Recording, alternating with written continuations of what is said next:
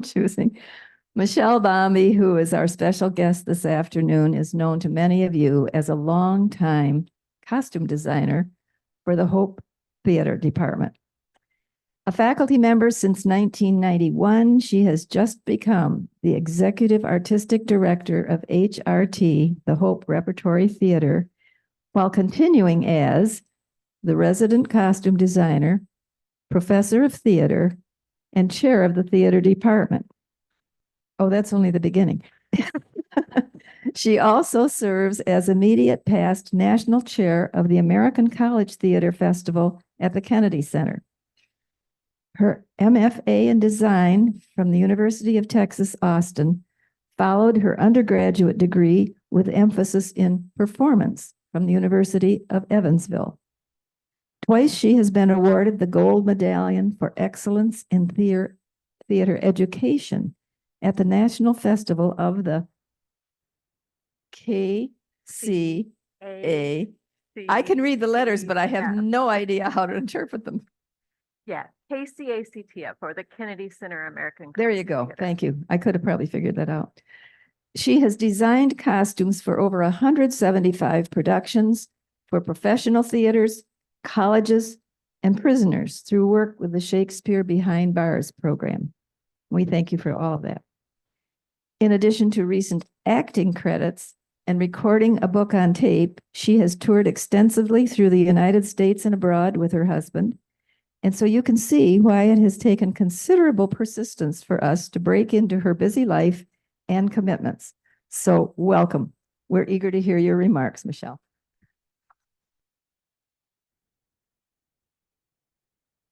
Thank you so much. It's so great to see some friendly faces out there and some folks that I don't know and we'll look forward to getting to know. I'm delighted to speak to you today about Hope Repertory Theatre. What's in a name? Many of you knew us as Hope Summer Repertory Theatre, HSRT, and the name changed a year or so ago to Hope Repertory Theatre. At that time, I think to really emphasize the fact that we were doing broadcasting and productions outside of the summertime. I think we've always done that at Hope Summer Repertory Theatre, but I embrace the change.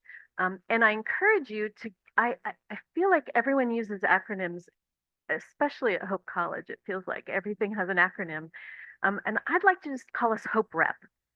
Simple, it's 2 syllables, and hope is always in the name, which is really important to me. So we're Hope Rep, or Hope Repertory Theatre, if you'd like to be very formal. But it's my great delight to be at the helm of this organization that has meant a lot to so many of us. 52 years. I'm tired, so I might cry a little bit. But it's an amazing accomplishment because there aren't that many organizations that last that long. And I'm telling you that theaters across the nation are closing. And we'll talk a little bit more about that. I mean, it's becoming quite difficult to continue to produce theater. So we'll talk a little bit more about that in a second. But on to the good things. Why theater? I believe strongly that theater creates community. It started around a campfire, right? People like to tell stories. People like to hear stories. It's what brings us together. It's what unites us in many ways. And so one of the first campaigns that I've started is Meet Me at Hope Rep. If you'd like to have a yard sign and place in your yard, maybe less controversial than other yard signs you might have, but hopefully to convince your neighbors, I have church groups that are coming together to the theater.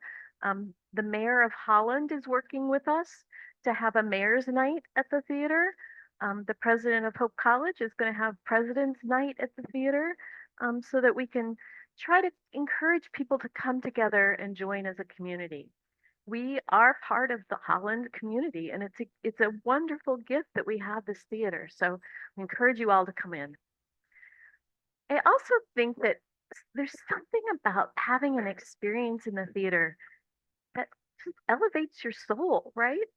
I was traveling recently from the Kennedy Center and I was checking in and the gate agent at the airport saw my Kennedy Center tag on my luggage and she said, "Oh, I just love the Kennedy Center.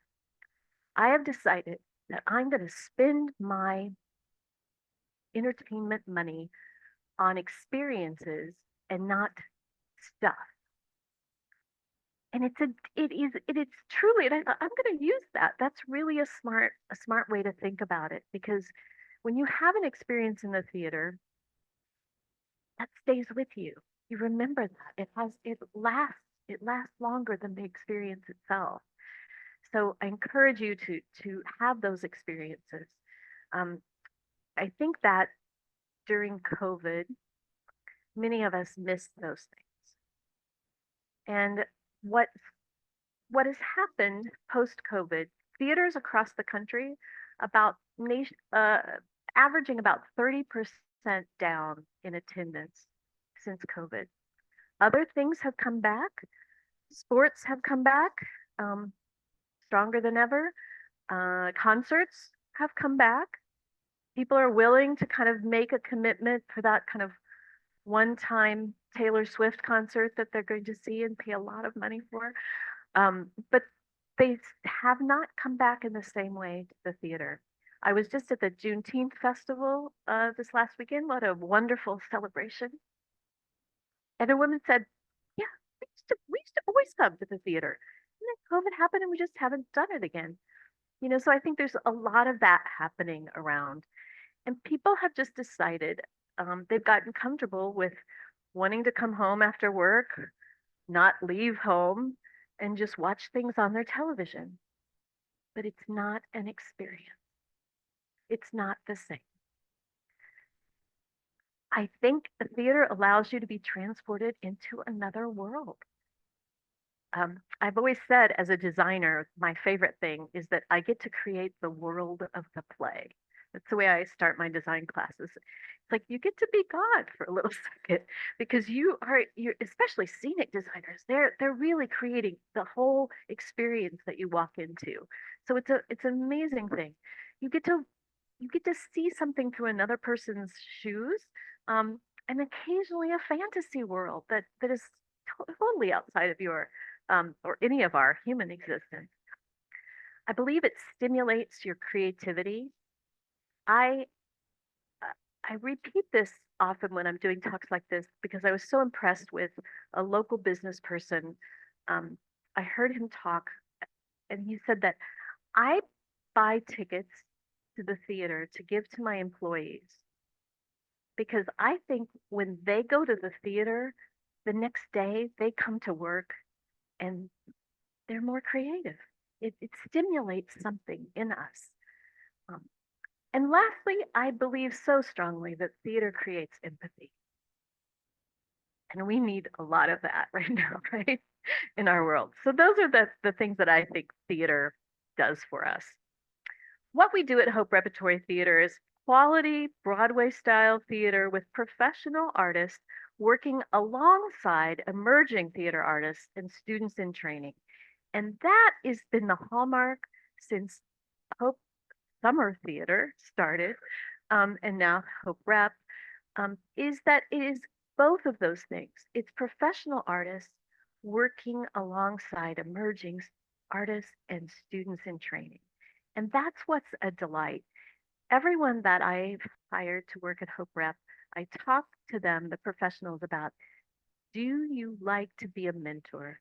Do you like to train people? Because in every area, and I'm going to show you all the areas that we have in our theater, in every area, we have a professional, and then we have different levels in most of the areas with an intern. We have 19 interns working with us that are all college students. So that's exciting. Our lineup for this summer and how you choose a season, that's kind of part of the agonizing and the difficult thing. This year we had to move very quickly. I took on this role in October. This is usually a year-long planning process of deciding what the season would be. Um, But I had some things in my head that I really wanted to share with the Holland audiences. And I have to really thank my partners at Hope College Theater Department because we chose the season together. All of us kind of worked on what we think would be most beneficial.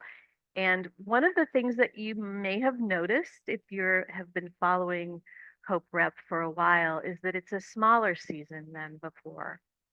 In last season, I think they did 8 productions. We're doing 4.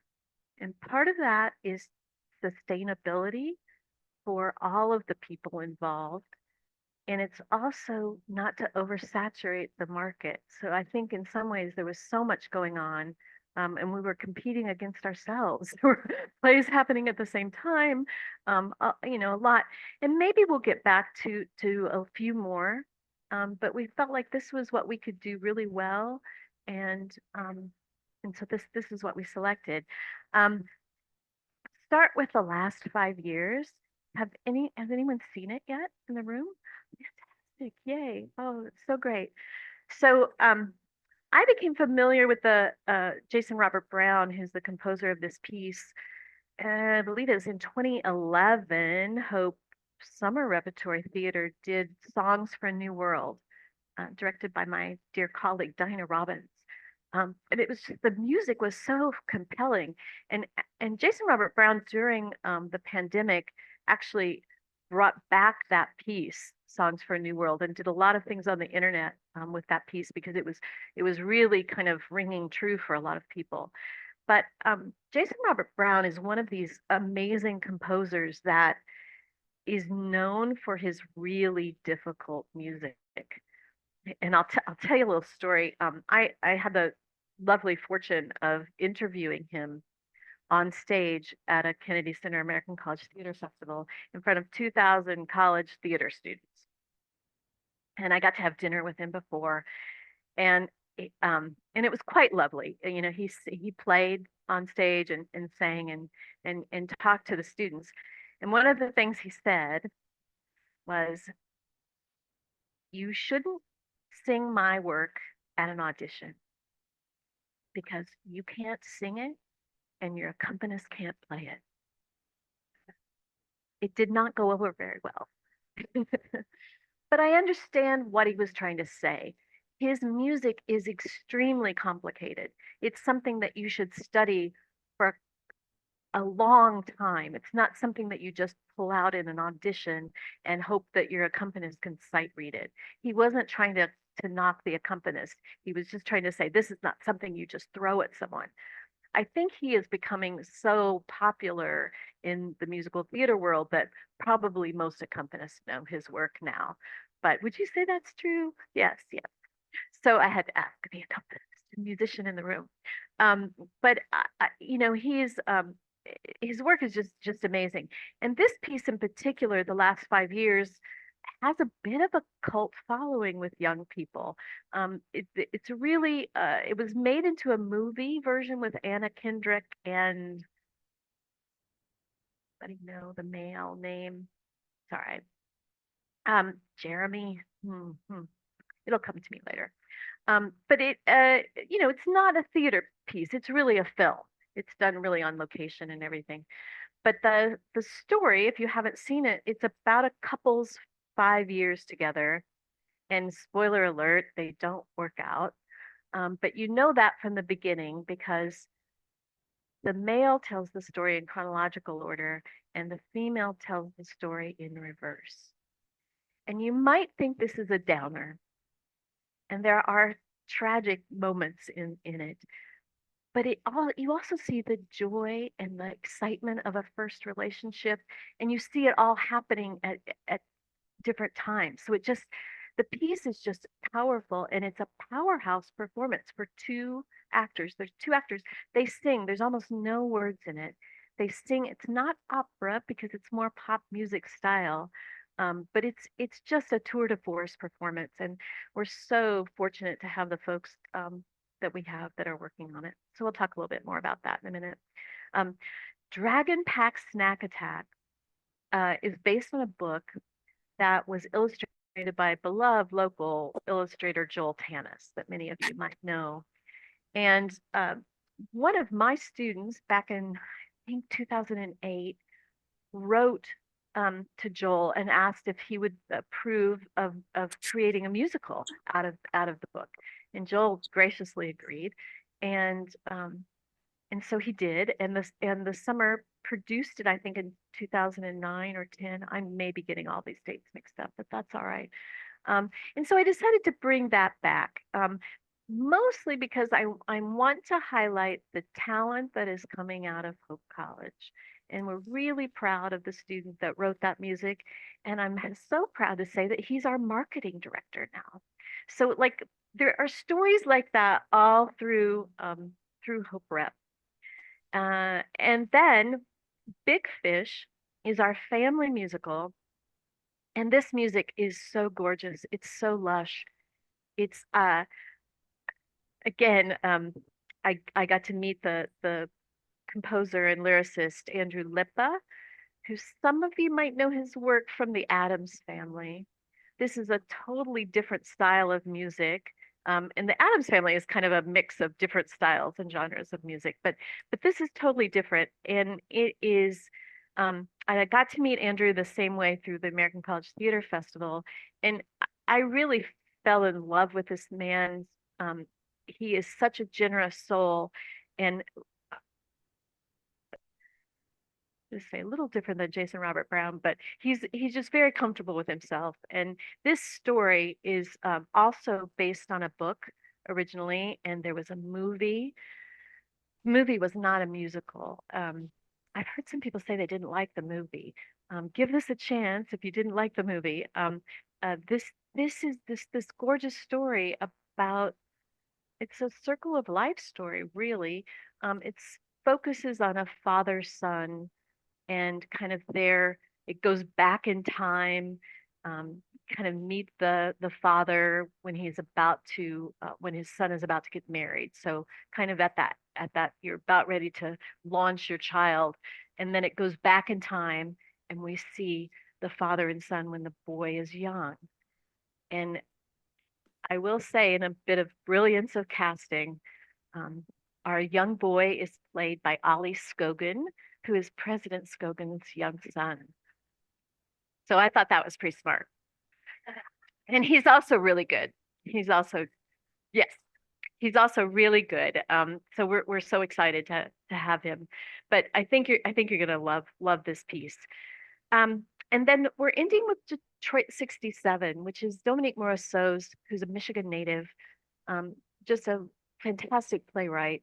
Story about, it's set during, obviously, in Detroit in 1967.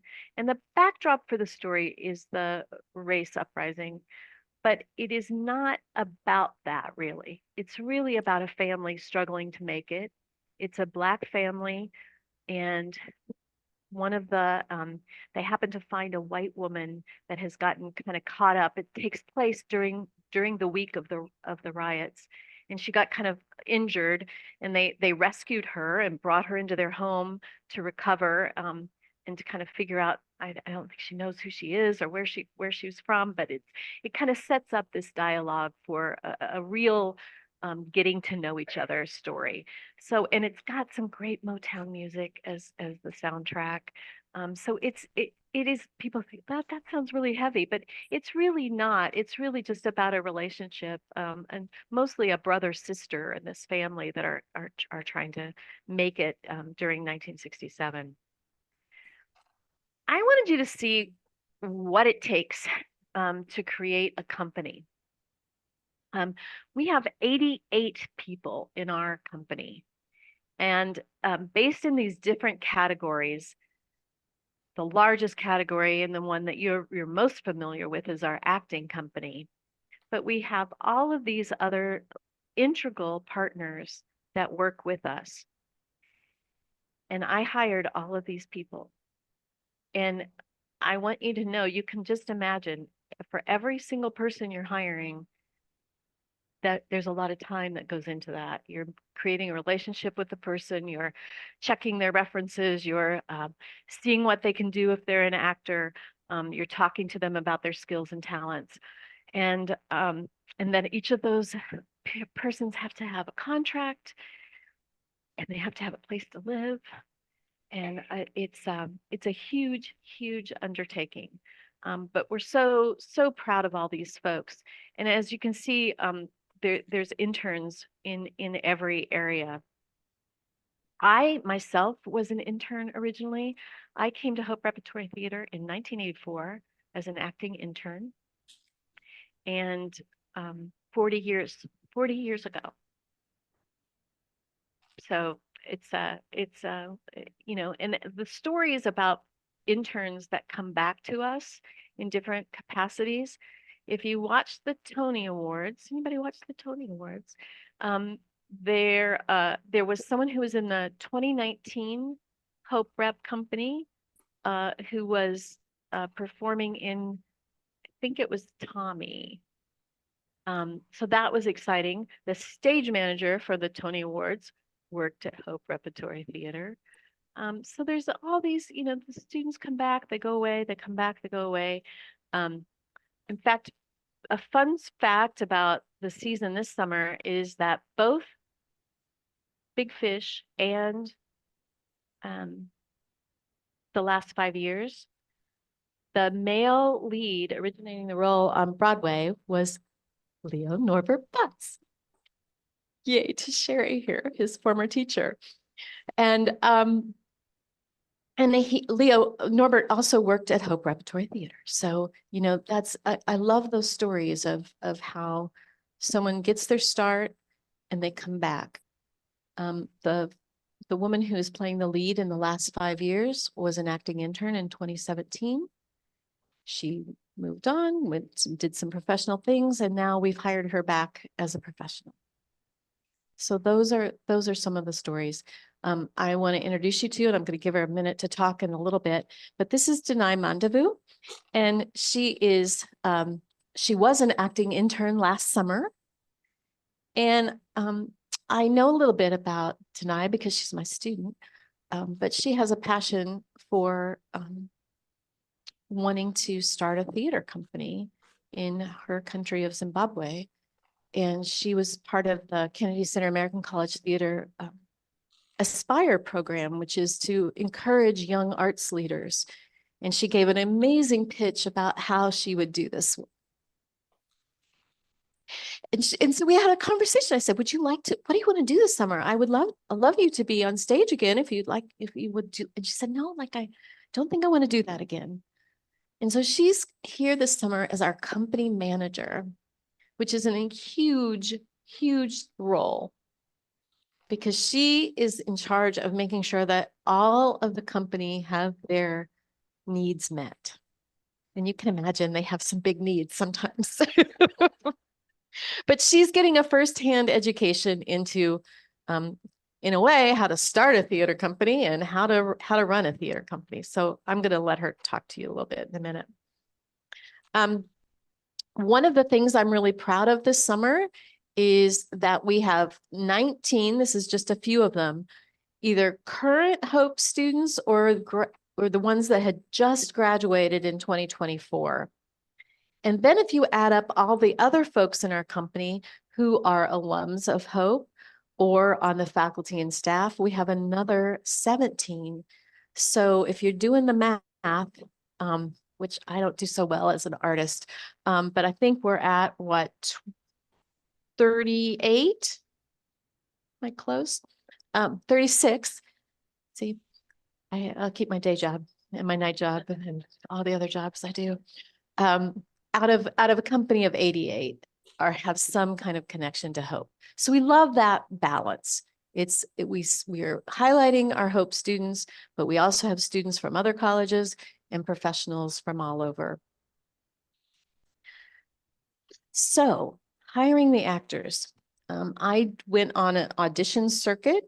One of the largest places I went to it's called UPTAs, the Unified Professional Theater Auditions in Memphis, Tennessee, where I saw 800 actors in 4 days. And it made me sad because they were all really talented And I thought, where are all these folks going to go? There's not enough places. I hired 3 people from that conference. Then we had Equity. We're members of Equity. We are considered a LORT D. Equity has different levels of theaters. We're a LORT D theater company working on a letter of agreement. And we have a contract that requires us to have 12 Equity roles in our season. Not necessarily Equity actors, because an actor can have a role at a different production since we're in rep. So I'm looking for a lot of Equity, and Equity requires you to have a local audition. So we did that. And out of that, we hired our lead, Sandra, in Big Fish. So that was really exciting. Some of these other places are Oslo Conservatory, we've had a relationship with for a while, and we did virtual auditions with them. And some of these other places are the American College Theater Festival has 8 different regional festivals across the country that I go to as part of my responsibilities with them. And they have auditions for young people. So I saw a lot of young people at those auditions. And then there's this thing called self-taping. And this is where an actor will record themselves singing and doing a monologue, and they just send it out to everyone they can think of. I was scared to open my email between February and April, because every morning I would open it and there were at least 50 submissions. I had to hire a student just to respond to just the sheer massive, because I didn't want these folks to not hear from us at all, but I couldn't respond to that many. And so she really helped me. She worked all year and she cataloged the auditions so that I could kind of look through easily. And, you know, we had some pretty strong requirements that we were looking for. One of the things that was in here, I'm just let you listen just a minute. This is one of these self-tapes.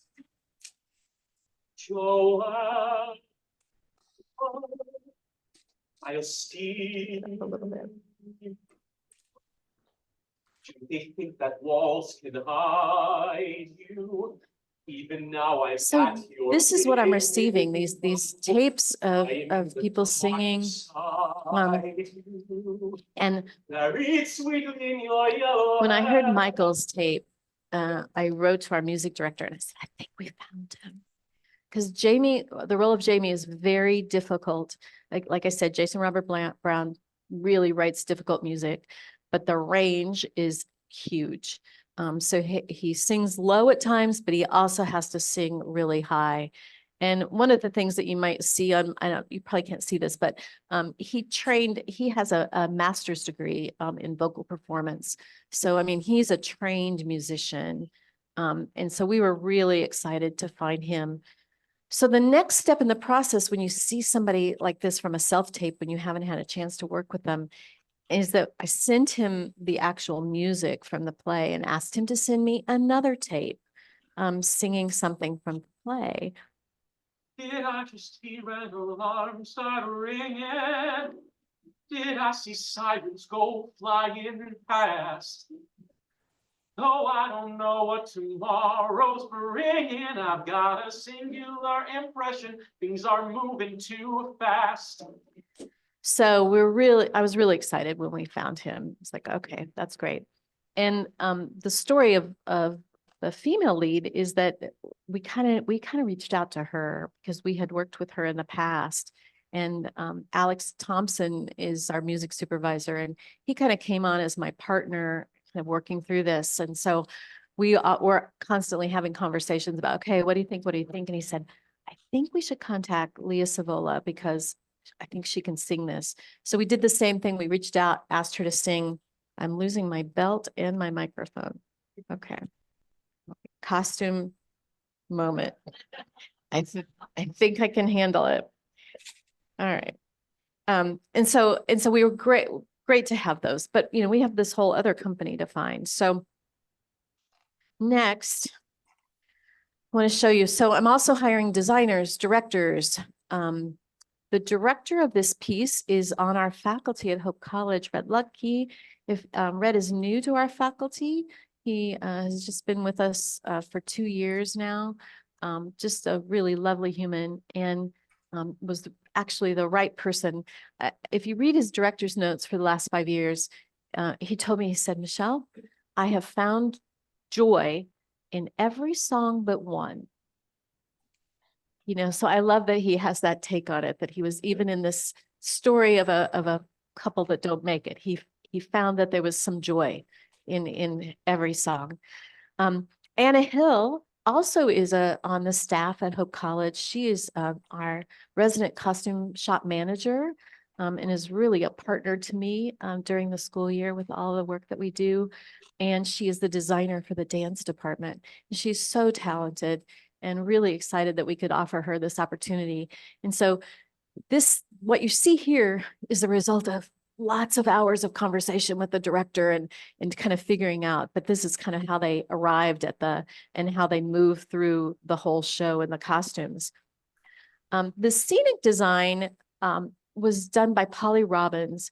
And I hope some of you have seen the Pinocchio that is done with stop motion animation that just came out a couple of years ago. Polly was a scenic designer on that piece and was a painter and worked for about 2 years on that project. She's really talented. I went to graduate school with her, so it was a delight to bring back a dear friend. And one of the challenges of coming up with the scenic design is that this was going to be in the Knickerbocker Theater, is in the Knickerbocker Theater. And that had to be a pretty simple design for that space because we don't have a scene shop there. It had to be loaded in. And so in design, something simple is much more difficult to do actually, because you have to have just the right pieces, just the right things. And the design and team, the creative team came up with this design with Polly leading the charge. And it is a brilliant vehicle also for our lighting designer, Eric Van Tassel, who's also on the faculty staff at Hope College. He is so talented and he just makes that so rich. So you see the piece, those lights change colors and they're lit from within and they're just stunning. Here's what it looks like in the space. Then after a whole whopping maybe week and a half of rehearsal, summer theater goes really fast and it's very intense. We have what's called a sitz probe, which is the first time the singers get to meet with the orchestra. And I'll let you hear a little bit. This is Leah. This is the opening song of the piece.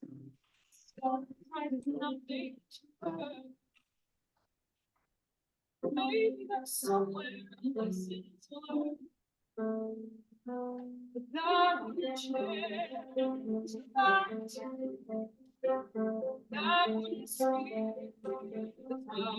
I think one of Leah's gifts, in addition to being able to sing this score, is that she's a consummate actor. She just tells this story through song so beautifully.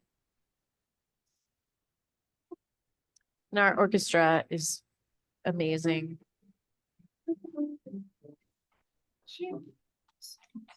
Yeah, it's a tearjerker. And this is our final dress rehearsal. So you'll hear some kind of snapping of cameras maybe because all comes down.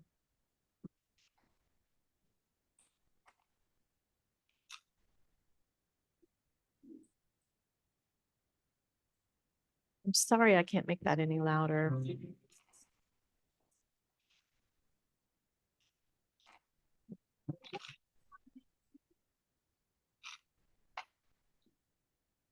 Then I think I have one of Michael.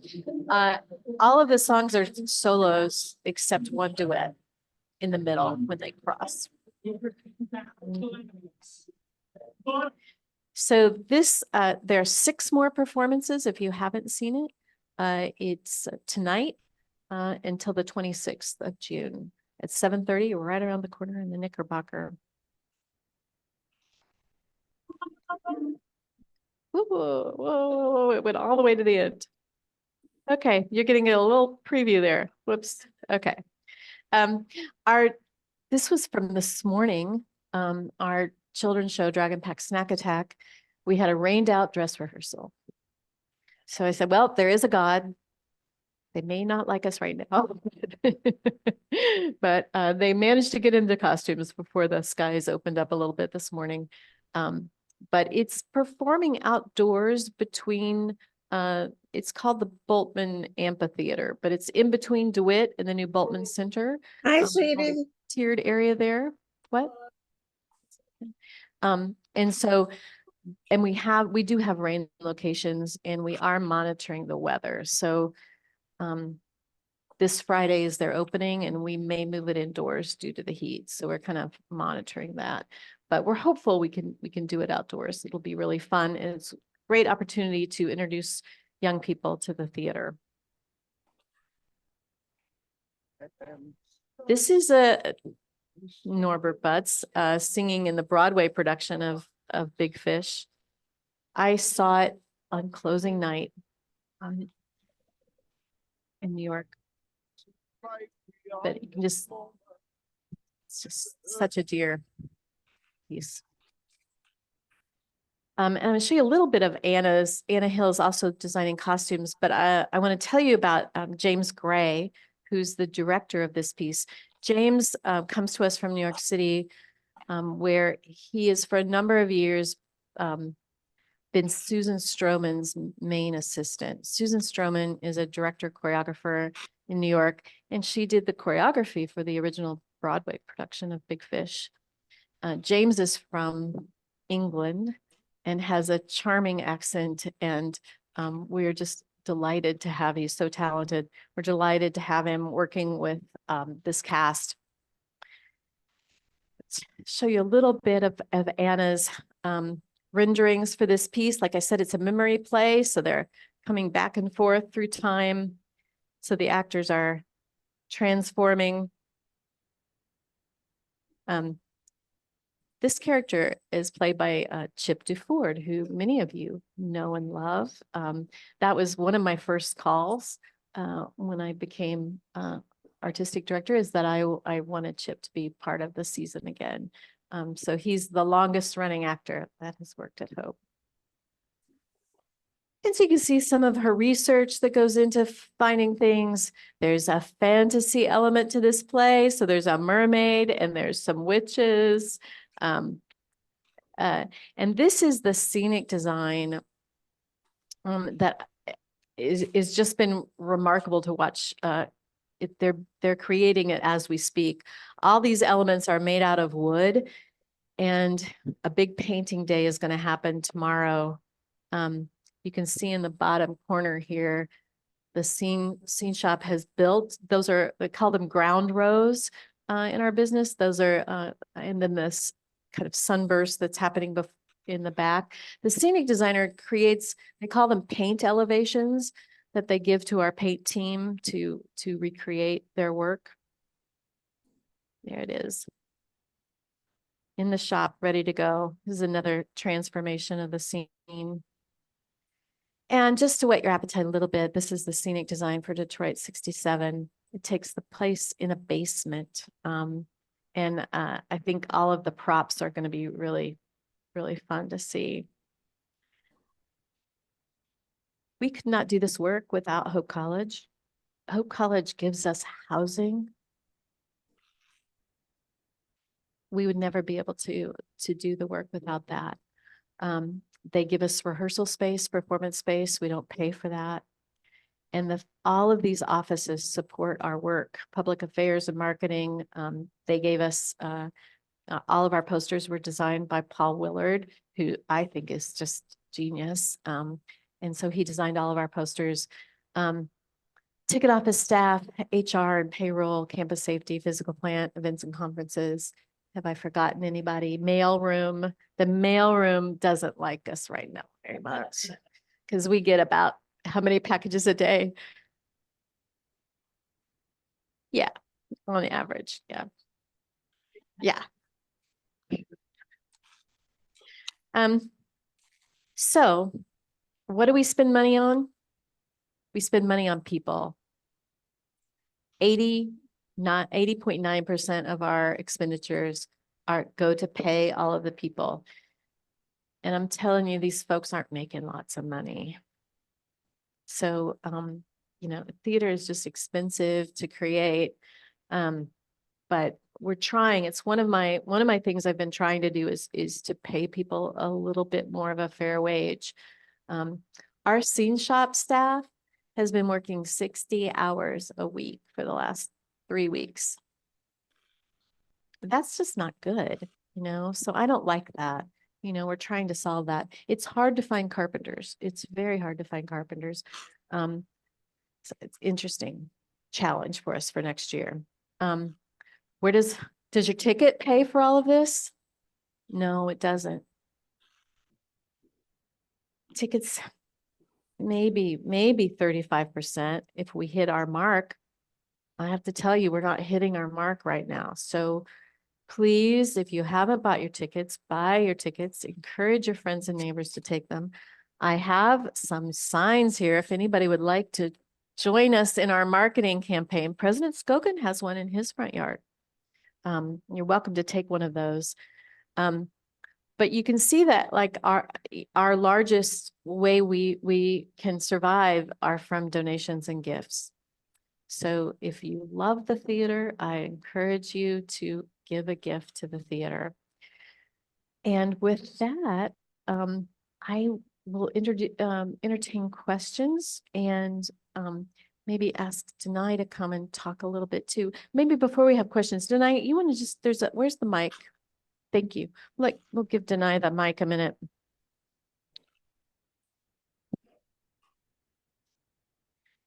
Denai, you want to talk a little bit about your experience and what this has been like for you? Yeah. Can everyone hear me? Hi. So I'm Denai Mandebu. That's my full name.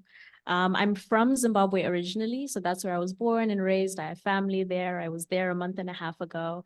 And I'm a current rising senior at Hope College, and the company manager this season. So this is my second season at Hope. Last year I was an acting intern, so there's been a bit of a jump there, but a very welcome one. As Michelle kind of touched on and talked about, one of my passions is to build a theater company / production company that supports and exhibits African Zimbabwean work, right, to the world. And part of that, because I understand it's quite a big dream and it's going to be a long journey, is just learning and understanding the industry more in all the ways that I can. And I have been a performer for a while, and that's kind of has been my focus in college. And I've taken steps to sort of understand the rest of the industry.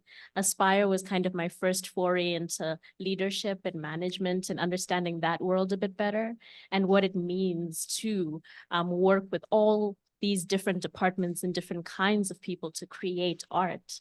And this has sort of been my second step, you could say, in understanding that world better and what it means to help people and help the people within a theater company build the kind of art that we're creating. You asked me a question when I got up here.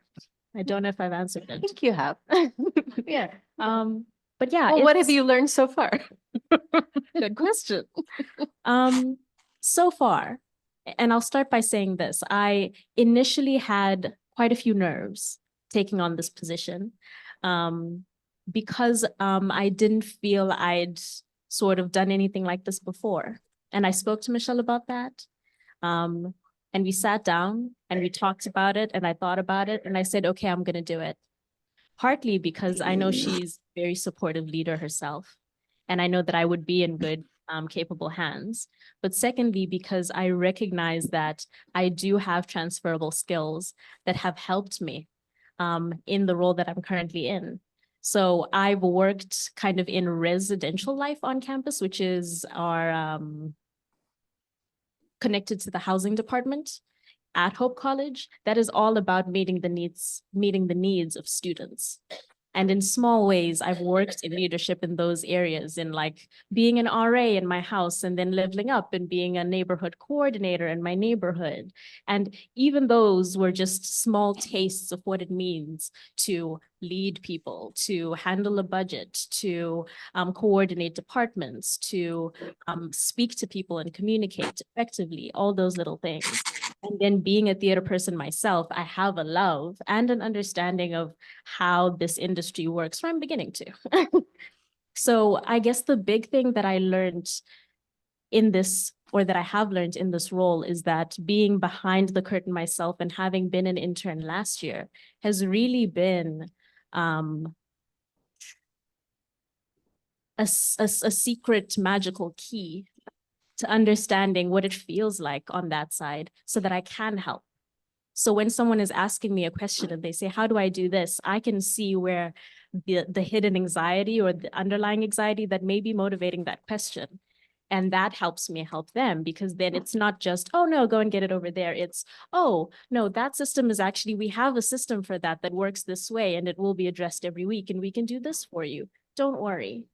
And it's been a constant journey of telling people, don't worry, we've got you in 1,000 different ways.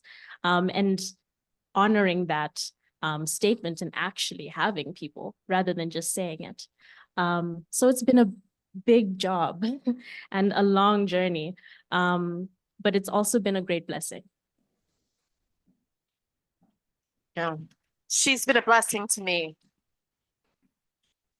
So questions? Marilyn Schmidt. Hi. I'm just curious, Michelle, about the choice of venue. Why is the first play at Knickerbocker, and what actually is really going on at DeWitt? We drive past and just see all Oh, the yeah. construction. Absolutely. Great, great, great. So one of the reasons, part of this has to do with sustainability. So every time, we love that Hope is in repertory. So we change plays so that you can see more than one play, but it's a huge task and strain on our technicians to change that, change the scenery over. So we wanted to, and I think in the last couple of years, they've kind of moved into some of that to performing in some other venues. So we wanted to ease that a little bit.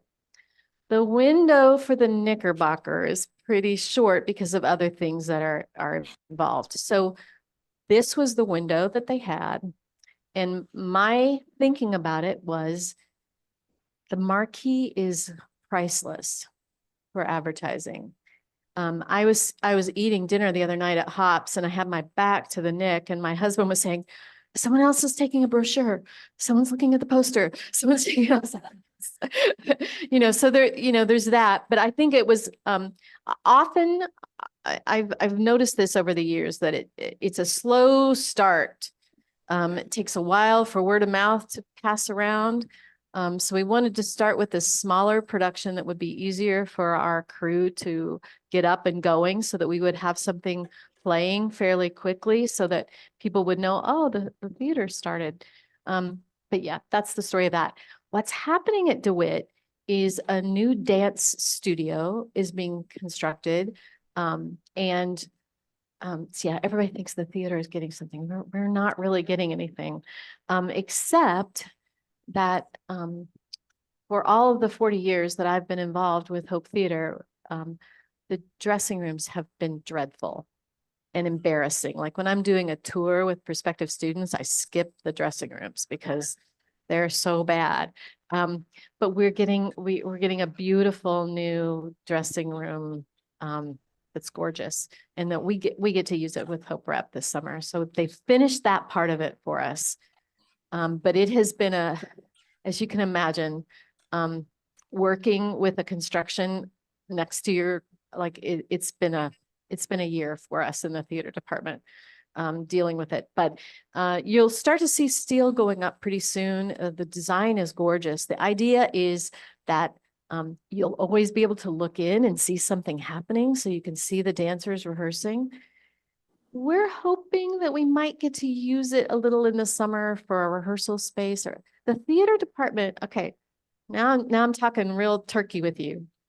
We are the last department to have any kind of addition renovation now. Like, we have no dedicated rehearsal space. Zero, none. I have to beg, borrow, plead with people all over campus to get spaces to work. It's a shame.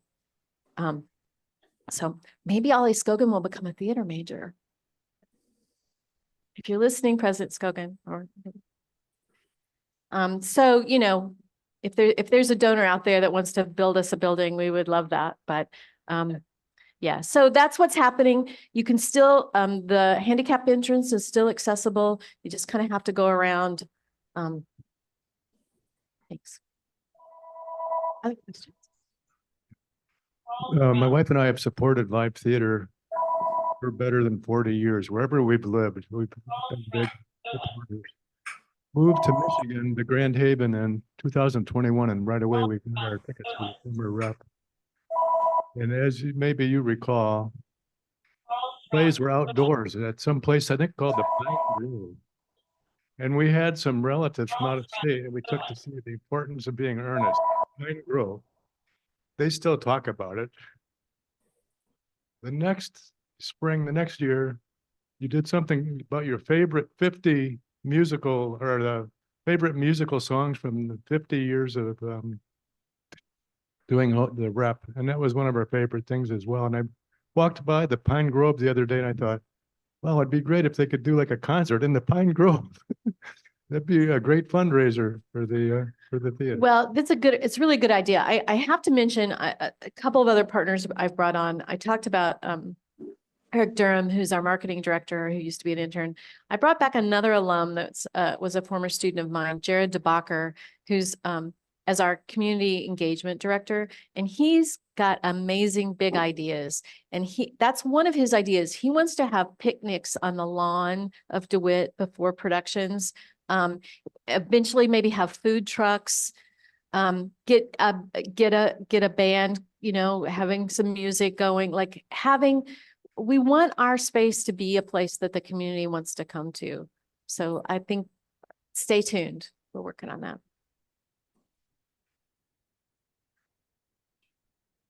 I think they want you to continue. Oh, here.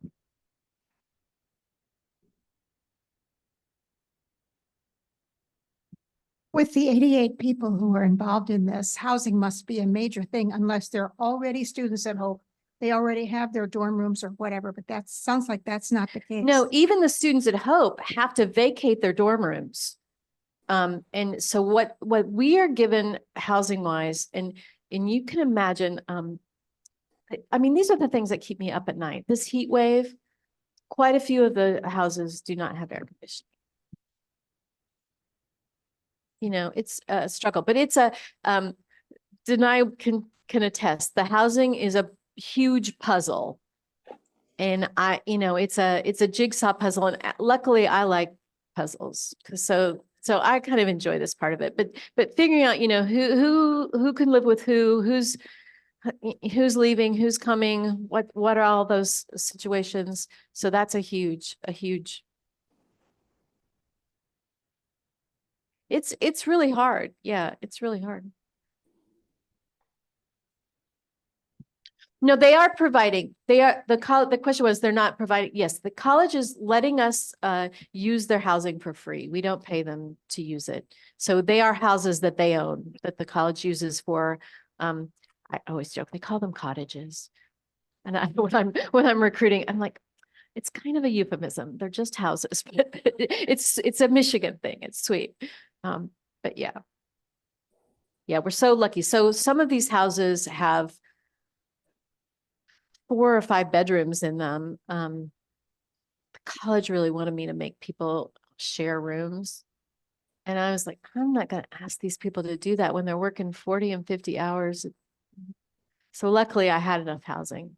So that I didn't have to, people could have their own room, because that's like a little bit of dignity there when they're working so hard.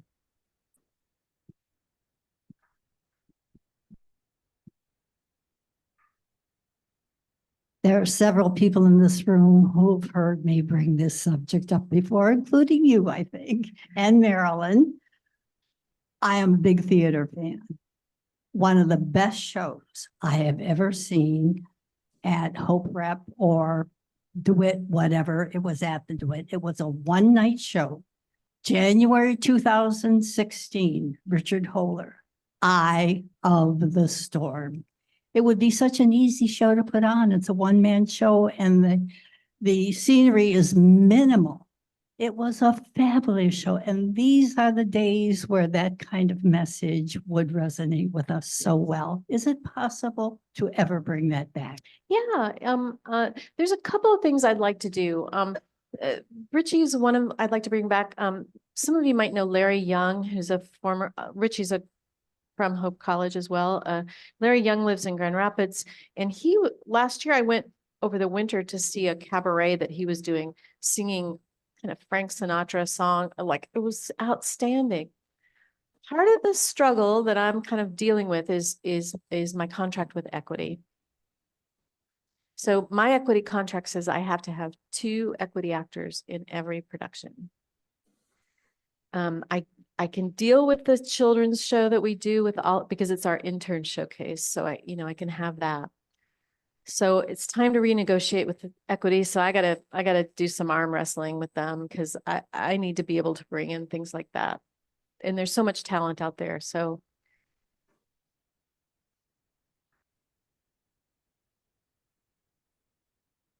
Please remember when you add comments without the microphone that we're losing that on the video.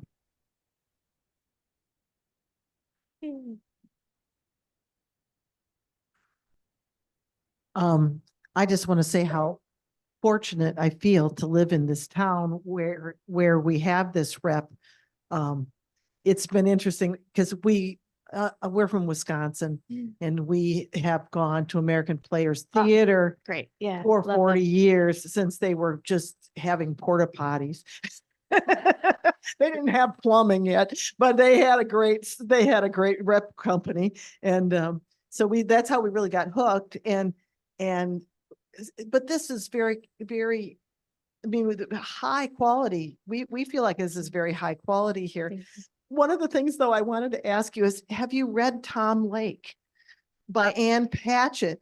And how do you feel about that story? I have not. It is on my bedside. Audio. Yeah. It's the audio. It's Meryl Streep who reads it. She could read the phone book, but this is, I read the book first, then I listened and I thought, oh my God, it's like 3 times better on the audio. So Yeah, I heard a piece on NPR when they were interviewing her, and I was like, oh, I gotta read that. Yeah. I'll get back to you. Yeah, love it. Yeah.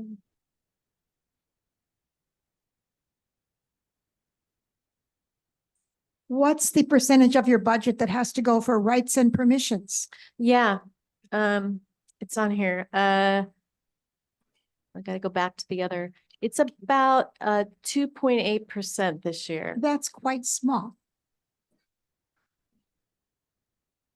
So trying Oh, to, thank you.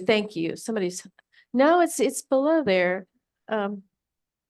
Yeah, it's $12,000 this year, I'll tell you.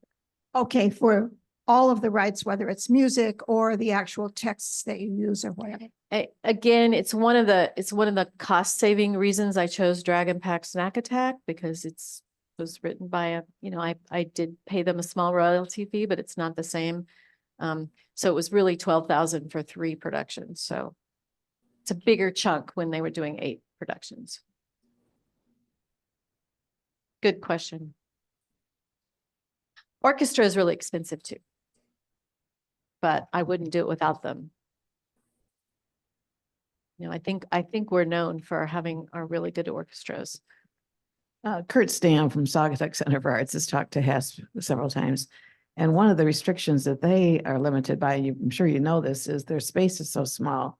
I believe the maximum number of people they can have in the company is 18 or 12 on stage or something. Are there those kinds of limitations at DeWitt? Yeah, it's the reason why we're not performing in the studio theater, this summer. Some of you may have been down there in the basement.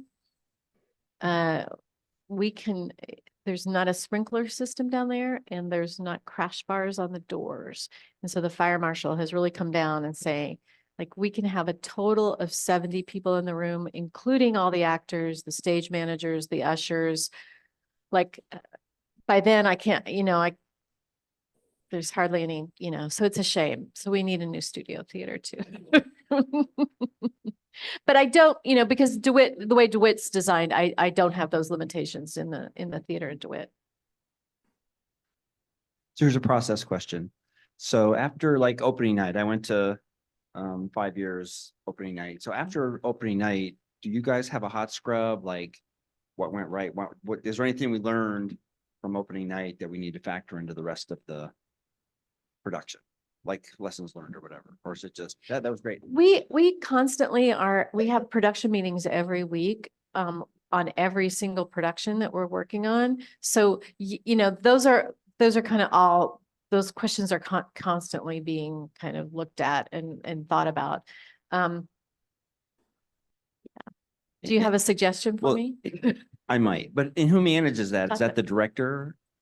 For that Well, production? we have a production manager. So one of he's my other right hand, my left hand, and my 2 feet too, I think. Aaron McEachran is our production manager, and they're really in charge of all of the operation of all of the shops and how it kind of launches into a production.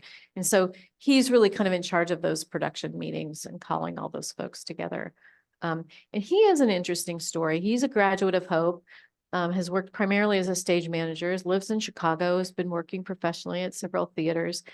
And I called him up and said, have you ever thought about being a production manager? I think you'd be really good at that. And he said, Michelle, that's exactly what I was thinking I wanted my career to go. So this is his first year to be a production manager. So he's learning and, growing. And I love that we can offer those kinds of opportunities to people. Thank you. And I'll talk to you later if you've got some ideas for me. Anybody else? We still have time if you would like to take us on another journey. So what's next? You want to hear about dreams, and so my big dream for the theater. We have an education department, and I'm really proud of the weekday camps that we can do for young people. I think sometimes that's their first kind of experience into doing the creative arts. I believe strongly that doing theater gives young people confidence. It gives them ability to kind of stand in front of people, ability to kind of problem solve, do all those kinds of things. So I'm glad and so delighted that we have that program. But I've always thought, and this has been kind of in the works in my head for a long time, that I would like to have a true sleepover 3 or 4 week camp for high school students, so that, not unlike what they do at Interlochen or Blue Lake, but here in Holland, so that young people can kind of really kind of immerse themselves and use the talent and skills from the teachers that we have on staff to create a performance at the end of that 4 weeks. So thinking about, how the season would happen after we're open, all of our productions, then we would bring the high school students in and they would have a performance in August of their production. So that's kind of my hope. I know that Jared, my director of community engagement, he's doing amazing things, taking, many of you might know Heights of Hope, organization that works with young people. We're taking the children's performance, the Dragon Pack, to them. We're working with some migrant camps, taking the production there. And his dream is to have a May tour again of young, going to the schools. We used to do that for years. It was a great experience for the actors and really great for the community to be able to bring a production into the schools. So we're hoping to do that in May next year. So that's a preview. You want to hear like shows that I'm loving thinking about? And happy to take any suggestions as well, but one of the plays that's not available yet for rights, but I think will come available very, very soon is Come From Away. And I think it's the perfect musical for our community. I think everybody would love it. And then we're looking at, at a couple of different kind of family musicals, but President Scogan the other day gave a town hall speech that he does every semester to the faculty and staff. And his whole theme was about Mary Poppins. So we could write little questions in. So I'm always working it, so I wrote a little question. So mine was the first one. Michelle Bombe wants to know if Hope Rep should do Mary Poppins next summer. And so that's kind of it would be a big undertaking. It's a big production, but I think that would be really, really lovely. So those are some of the plays that we're thinking about.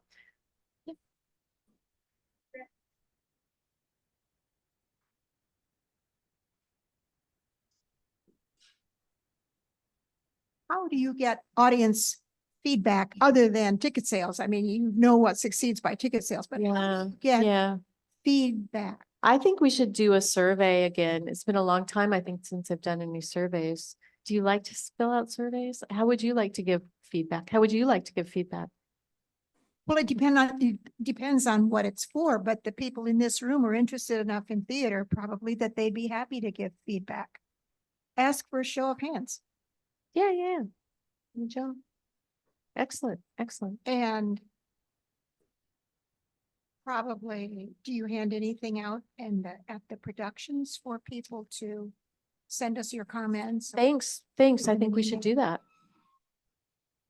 We're on it. Because it might be amazing what even little things would come feeding back that absolutely just could be besides accolades. I mean, absolutely. And that's where, we want to involve the community. So that's great. Thank you. And I will say, we are a presence, at the Juneteenth Festival. We talked to a lot of people and got at one point I said to Denai, well, everybody's got an opinion. But it's good for us to hear that. It's good for us to hear it. Yeah. So following on with hers, if you play something that's got a younger crowd draw, you just put a big poster up with a QR code on it. Surveys on the QR code. I know. I felt shamed the other day. I was at a local restaurant and they kind of looked at me and like, do you want a menu or can you do the QR code? I was like, I can do the QR code. And then I was like, why didn't I just say I'd rather have a menu? I got bullied into it, I think. We have been coming to the season for a few years now, but we're really new in Holland. But I'm thinking about venues that are possible. And we were at Oregon for a couple of years and we went to the Oregon Rep and they have a lot, they use high school auditoriums too. And we don't know the high schools here very well, but we were invited to something at Holland Christian and we were so impressed by their facility there. Is there any possibility of putting on shows? Because a big stage. Oh, they want money. Oh, well, that's another issue. Yeah, it's all about money. Yeah, that's the rub, right? David, do you have a contribution for us? Yep, there were two things. Number one, the answer to the question, the movie with Anna Kendrick, it was Jeremy Jordan. Thank you. I got the Jeremy part. Thank you. You notice that nobody in here, went out and Googled it. So somebody online that came up with that. And then, knowing how much theater you've seen through the years, if you had a budget that just wouldn't quit, you had the full globe. What is your dream production that you would say, I want to have 50 people on stage? Oh, wow. People ask me that all the time about costume design too. And I don't think this is a cop-out, but because we involve ourselves as artists so deeply in the work that we're doing, the work that I'm doing right now is really what I'm most excited about, right? I think I'll need to take some breath away from right now, I'm just so excited about the last 5 years in Big Fish, and we haven't started rehearsal in Detroit 67 yet, but so I'll fall in love with that too. But yeah, so I don't have I wouldn't say I have. I'm doing the ones this year that I was really passionate about. So I've got Mike over here, please.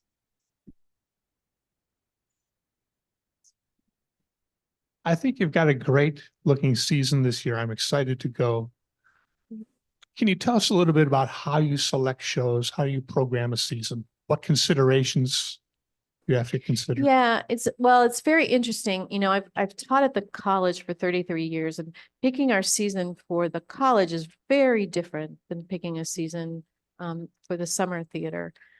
So you know, I have to sell tickets. The crass way we say that is butts in seats. You know, that has to happen. So it's, you know, how do you kind of maintain your artistic integrity? I'm really not interested in doing a Disney musical. I'm sorry, like, but it would sell tickets probably, you know, I don't know, like, you know, so it's like, how do you kind of, so it's a balance of trying to find, and it's also, you know, the work that we do is what attracts really good talent too. You know, Eric Gutman, who's the lead in Big Fish, was on Broadway with Jersey Boys for 4 years. And he reached out to me because he saw our season and he said, this is a dream role. Like I am so excited about this. So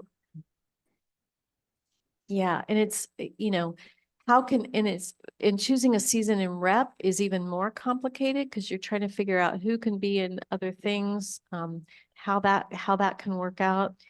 It's a delicate balance of what's going to be popular, what's going to stretch our audience. Somebody said to me last weekend at Juneteenth, well, it seems like all the plays that I've seen in the last few years, you're trying to teach me a lesson.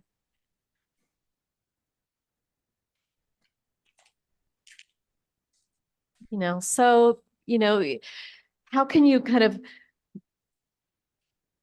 help, you know, all those things that I think theater does, you know, but it's also people want to be entertained, and I understand that, you know, we got to do both. So it's a delicate balance. I proposed it. I really wanted to do what the Constitution means to me. And I had, some of you may remember, I don't know, Dee Dee Lovejoy, who she did several seasons at Hope Summer Repertory Theater, but she's most known for her role on The Wire. But she's done a lot of television and film. She's done Broadway with Tom Hanks, done a lot of things. But she and I went to undergrad together, and she called me up the minute she heard the news, and she's like, "What do you got for me?" And I said, "Well, Dee Dee, I think you'd be amazing in this role. But my collaborators said, Michelle, it's just going to be too heavy. You're going to have too many heavy things this season. Like it's not." But my colleague from the Kennedy Center Theater Festival is doing what the Constitution means to me in August in Chicago. So if anybody wants to know about that, I think it's just a really brilliant production. If you don't know it, it's a one-woman show, pretty much. There's a couple of other little characters about a woman who gave a speech when she was in grade school or high school about what the Constitution means to me. And now she's kind of talking about it as an adult. And it's just kind of facts. It probably leans a little progressive, but it's a woman talking about what the Constitution means to me. So you can imagine, but I did not do that because we thought it was going to be too heavy for the season. Yes.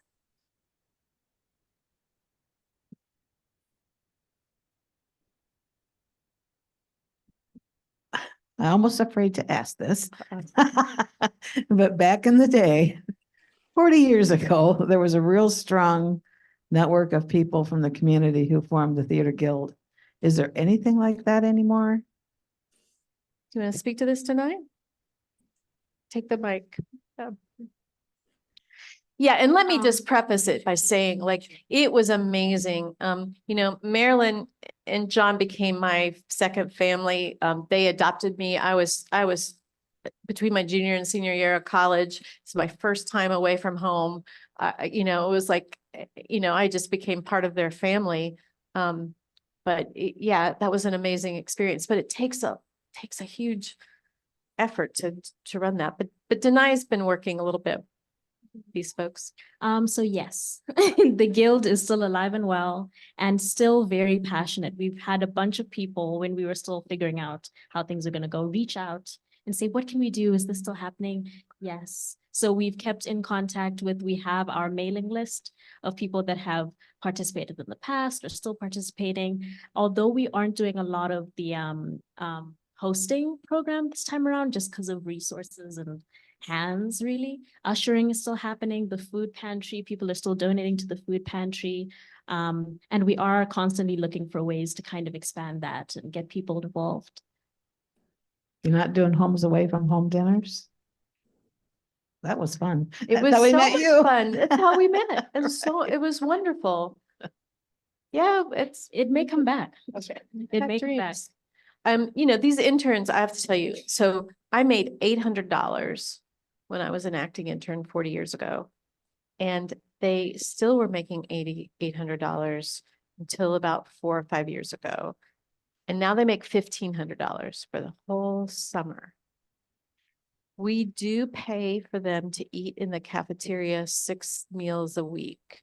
And so we get charged for that, like we're paying for that. But yeah, these young people are really giving it for their art. They're not making a lot of money this summer. Yeah. Question from the virtual. Some talk about banned books. Is there banned theater? Well, I'm just going to give, I think I'd say this when I talk to my students, I think anywhere you're doing theater, you have to consider your community. You just do. Like that's, you have to think about, who you're going to be, who your audience is going to be. And, it's a real tough kind of tightrope to walk. And I know that I walk a different road with the summer program than I do during the academic year. I'll just give a shout out to President Scogan, who's been incredibly supportive to the theater department and who trusts us to do material that has, that is worthy, that it has merit. Not everybody's going to like language sometimes. My colleague always says, language, what is it about language? But I think what we're trying to show is an accurate picture of other worlds.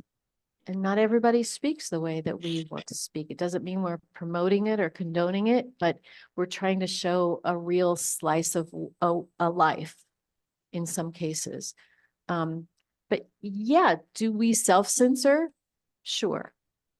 There's some things that I wouldn't consider doing just because it would not sit well with our audiences. I have a question for you. What do y'all think about performances on Sundays? I'm good with it too. We started doing it at Hope during the school year at Hope College. I don't know how many people are online.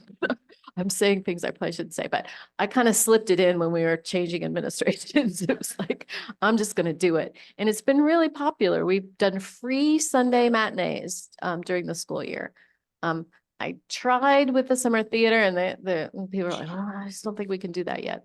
But I'm going to do it next year. I think I'm going to make the case where, I think it's having an afternoon matinee, I think is a great way for people to come to the theater. And then we can be dark on Mondays and that can be the day off because it's not it's not very popular, but I have to say, I don't know what's going on with ticket sales right now, but my weekly shows are doing well and my weekends aren't. Friday and Saturday of the last 5 years are really low right now. So tell everybody to come on Friday or Saturday. But next week, Tuesdays, great.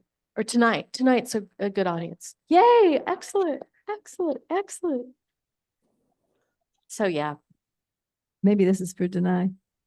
If you're doing a profile of the population out there that would be ticket prospects, you might want to find out, and maybe you're already planning to do this, ages, not specific, but group ages. I think it would be interesting to know, maybe you do the profile of your attendance. Is it mostly in well, the I think you can young? look around. That's what I'm thinking, yeah. Yeah, I mean, that's an age-old problem is how, and truth be told, I was trying to get a younger audience excited with the last 5 years. I hope all of our audiences enjoy it, but I thought it might draw in some younger folks. We were giving away some tickets at Juneteenth Festival, and I was really trying to look for some young folks who may not think the theater's for them, but I think try us, you might like us. Well, our generations have grown up with live theater where the younger generations know it on film. And I think that could make a big difference. Yeah. So, Yeah. yes. And I think apart from age, there's also the cultural racial aspect.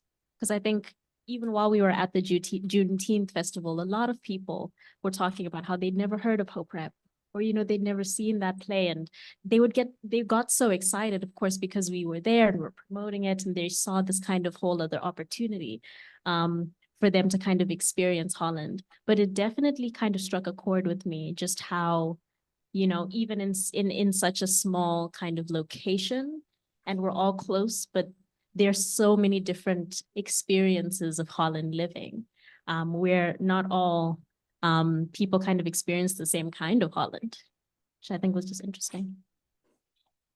Go ahead. Just an add-on for if you're doing the giveaway tickets again, the farmers market. I mean, I was introduced to Holland women's volleyball via talking to the coach one day and handing out tickets at the farmers market, and I love it now. Yeah, we've got to figure out how to do that, because they won't let you just walk around. Like I would love to they won't let me just walk around and give tickets away, or you gotta have a booth, and so I gotta figure that out. Thank you. Not sure how the volleyball courts got away with that, but Well, maybe they've cracked down on it now, but yeah. But I think the same thing. I mean, it's a great opportunity, so that's what we're trying to do with some of these community festivals, is to have a presence. We're going to be at Pride Fest next on the 29th of June. Don't see any more hands up at this point. You're probably thinking of questions, but Thank if you anybody has all one. for making Michelle, this we such just so appreciate the educational, exciting, creative story that you've shared with us, and wish you well. Thank you for taking time out of a busy schedule to be there. I have one more request from the office, and I won't read it all as the official, but if you are here and you have not yet renewed your membership, please stop and talk to Amy or to Hannah and take care of that before you leave. I know it's easy to overlook or to get busy and think about some other things, but again, thank you so much. And I'll just say the ticket office is just around the corner, and please take a sign if you'd like to, but thank you. It's been lovely.